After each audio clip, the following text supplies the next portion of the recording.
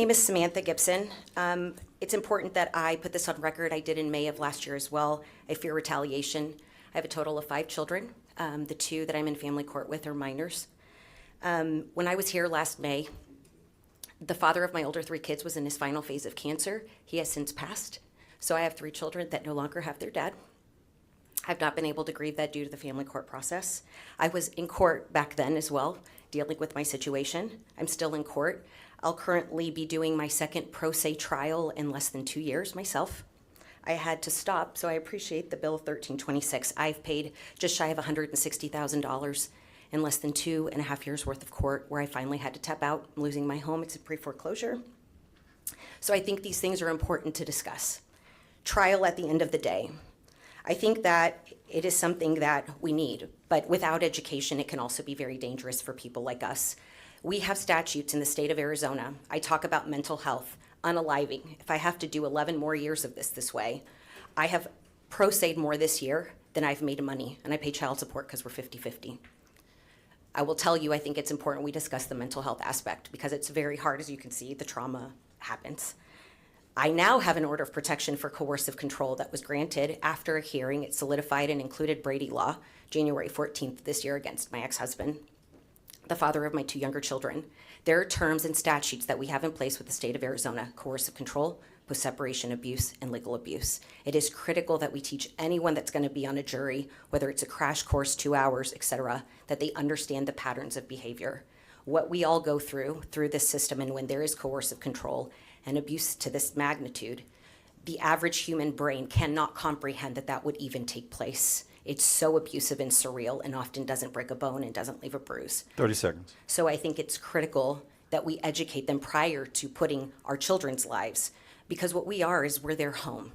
And you're asking, in essence, rip off the roof, put them in a blizzard and expect them to be warm.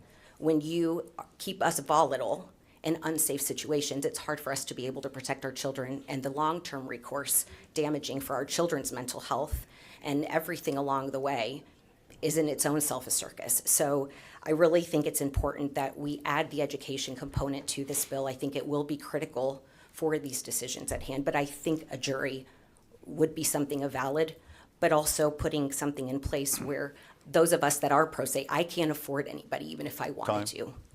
It matters. We need to have something there to give us resource for help. Madam Chair, I have a question. Go ahead. Thank you, Madam Chair. Thank you for your testimony. You make a good point. Not even judges have specific training in how to recognize narcissistic behavior, some of the behavioral pathologies that impact, the coercive thing. Would you say that what you've been through, you know what vexatious litigation is? Yes. Okay. Would you say that this has been vexatious litigation, or has this been, and granted, it's your opinion, I'm sure the other side would probably disagree with you, but would you say that this has gone way beyond an argument over spending time together, that it has now entered a world where you're trying, the opposition is trying to ruin you financially? Madam Chair. Oh, Madam Chair, Senator Fincham. Yeah.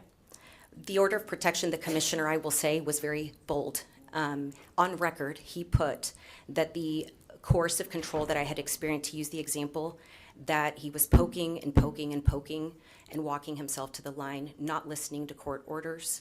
And not only had he done that, but the magnitude was in such that not only was he doing those things, he was out to destroy me, but also looking through the windows of my home is the example he used, that there was not a single part of my life that was not being constantly surveillanced or being told there's nothing you can do about it. Thank you, Madam Chair. Any other questions? Sorry for your pain. Thank you.